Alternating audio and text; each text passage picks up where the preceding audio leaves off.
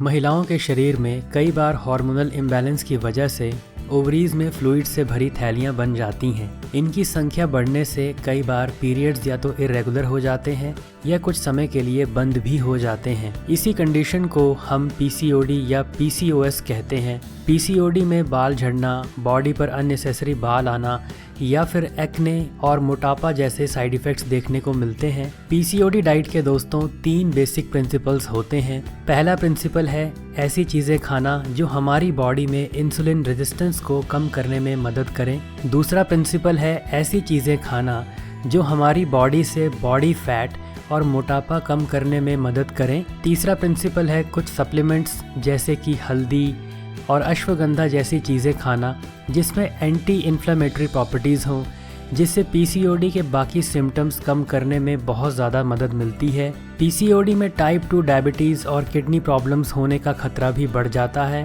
इसलिए अगर आप डाइट के 3 बेसिक प्रिंसिपल्स फॉलो करेंगे तो आप पीसीओडी से जुड़ी सारी प्रॉब्लम्स और साइड इफ़ेक्ट्स को कंट्रोल कर पाएंगे।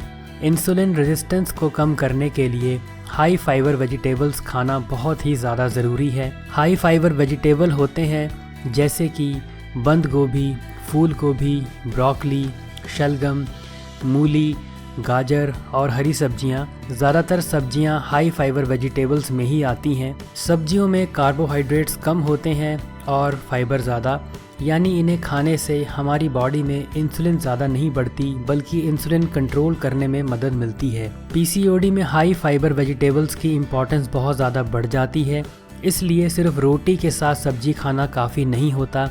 अगर आपको सब्जियों का पूरा फ़ायदा लेना है तो आपको उबली सब्जियां भी खानी होंगी। सबसे बेस्ट है कि आप हफ्ते में कम से कम 4 से 5 दिन में 1 टाइम उबली सब्जियां खाएं। सब्जियों में आप टेस्ट के लिए नमक, चाट मसाला और नींबू डाल सकते हैं। जिन महिलाओं को पीसीओडी की समस्या होती है उनके शरीर में नॉर्मल से ज़्यादा इंसुलिन के लेवल पाए जाते हैं। इंसुलिन एक ऐसा हार्मोन है जो हमारी बॉडी में ब्लड शुगर और बॉडी फैट दोनों को कंट्रोल करता है। इसलिए अगर किसी को पीसीओडी है तो ना केवल उनकी ब्लड शुगर ज़्यादा हो जाती है बल्कि उनका वज़न भी बढ़ने लग जाता है। इंसुलिन रेजिस्टेंस को कम करने के लिए कार्बोहाइड्रेट्स डाइट से कम करना बहुत ज़्यादा ज़रूरी है, क्योंकि कार्बोहाइड्रेट से सबसे ज़्यादा इंसुलिन बढ़ती है और सबसे ज़्यादा वज़न भी बढ़ता है। लेकिन कार्बोहाइड्रेट हमें एनर्जी भी देते हैं, इसलिए इन्हें खाना आप बहुत ज़्यादा कम या बंद नहीं कर सकते। कार्बोहाइड्रेट्स कई तरह के होते हैं, कुछ अच्छे होते हैं और कुछ खराब। जो कार्बोहाइड्रेट्स आप सही मात्रा में खा सकते हैं वो अभी आप अपनी स्क्रीन पर देख सकते हैं।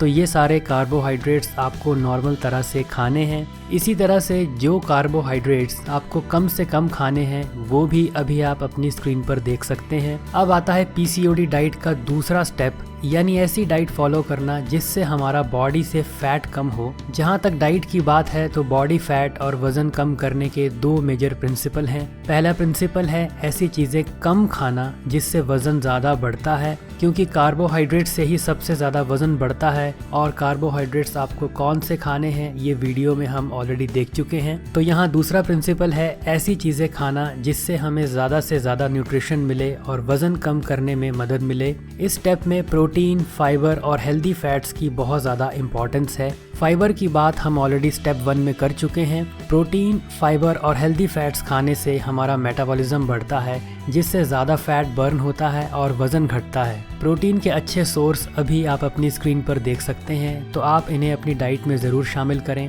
होममेड वेजिटेरियन प्रोटीन का एक अच्छा सोर्स है अंकुरित दालों का सलाद। इसके लिए आप 40 से 50 ग्राम तक काले चने और इतनी ही मूंग की दाल रात में पानी में भिगोकर रख दें। सुबह इसका पानी निकाल दें और फिर कुछ दिन इसमें पानी का थोड़ा थोड़ा छिड़काव करते रहें। कुछ दिन के बाद दाल अंकुरित हो जाएगी तो आप इसमें चाट मसाला, काला नमक, केला और सेब जैसे फ्रूट्स डालकर एक प्रोटीन सलाद बना सकते हैं। हेल्दी फैट्स के भी अच्छे सोर्स अभी आप अपनी स्क्रीन पर देख सकते हैं। हेल्दी फैट सही मात्रा में खाने से वज़न नहीं बढ़ता है बल्कि हेल्दी रहने में और वज़न कम करने में मदद मिलती है। बस ध्यान रखें कि फैट्स आपको बहुत ज़्यादा नहीं खाने हैं। पीसीओडी डाइट का तीसरा प्रिंसिपल है ऐसी चीज़ें खाना जिसमें एंटी इन्फ्लेमेटरी प्रॉपर्टीज़ हों। इसमें से कई सारी चीज़ें पहले 2 स्टेप्स यानी इंसुलिन रेजिस्टेंस और वेट लॉस में भी काम आती हैं, तो ये ज़रा ध्यान से आप समझ लें। सबसे पहली चीज़ है आयरन।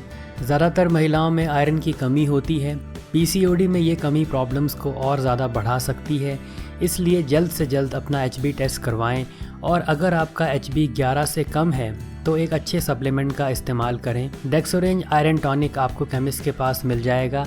अपने डॉक्टर से एक बार सलाह लेकर हफ्ते में 4 से 5 बार डेक्सोरेंज जरूर पिएं। दूसरा इंपॉर्टेंट सप्लीमेंट जो आपको लेना है वो है मैग्नीशियम। मैग्नीशियम के लिए आपको कोई कैप्सूल या टॉनिक लेने की ज़रूरत नहीं है, आपको अपनी डाइट में ही कुछ चीज़ें शामिल करनी हैं, जैसे कि हफ्ते में 4 से 5 दिन एक केला, हर रोज़ मॉर्निंग में थोड़े से बादाम या फिर काजू, हर रोज़ खाने में अलग अलग तरह की दालें या फिर अंकुरित दालें या फिर हरी सब्जियां ज़रूर खाएं। इसके साथ ही अश्वगंधा भी अपनी डाइट में शामिल करें। अश्वगंधा कॉर्टिसोल नाम का स्ट्रेस हार्मोन कम करने के काम आता है, जो कि पीसीओडी में बढ़ गया होता है। गर्म दूध के साथ एक छोटा चम्मच अश्वगंधा हफ्ते में 2 से 3 बार लें। ये ध्यान रखें कि अश्वगंधा काफ़ी गर्म होता है, इसलिए जब आप इसे ले रहे हैं तो पानी ज़्यादा पिएं और गर्मियों में अश्वगंधा ना लें।